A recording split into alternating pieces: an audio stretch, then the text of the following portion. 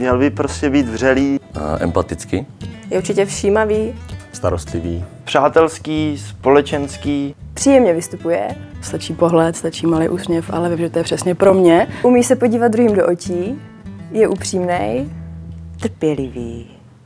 A měl by být klidný a milý. Je ke mně zdvořilý, milý a mám z něho pocit, že je vždycky na mé straně. Musí být vlastně na mě usměvavý, musí má na první pohled nějakou okuzlit. S tím člověkem je radost sedět na tom baru. S tím člověkem je radost se bavit. Super pozorovat ho při práci. Tak by měl vědět, co nabízí, co prodává. Dokáže třeba upozadit to ego, místo toho v podstatě se postará o ty ostatní. To musí být jako optimista, že je to člověk, co se rád baví s lidma a taky se rád baví sám. Žije pre daný okamih, pre toho daného člověka. Ten člověk by si měl všímat detailů, maličkostí.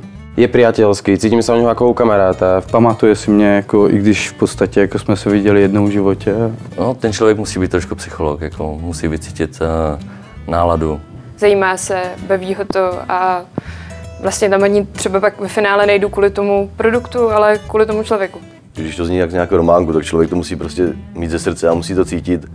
Musí být pro něj fakt příjemné a nesmí to být strojený hlavně. Prostě musí mít rád lidi, podle mě. Protože tady tahle práce je jenom o lidech.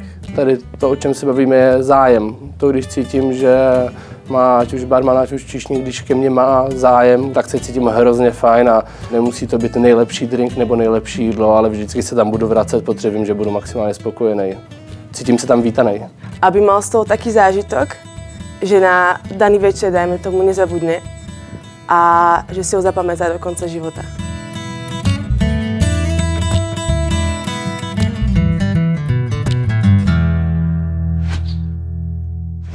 No, je hodně důležitý nemít předsudky nebo něco takového, protože ve chvíli, kdy je má, tak nějak právě ztrácí tu přirozenost, ztrácí toho kámoše, který ho právě by měl v sobě mít. A v podstatě ten zážitek toho pána byl tak strašně silný, že mi vlastně v tu chvíli bylo úplně jedno, kde sedím, co piju, co se kolem mě děje. Mám pocit, že by mě ten člověk prodal naprosto cokoliv a bylo by to vždycky úplně skvělý. Takový jsem z toho měl v podstatě zážitek.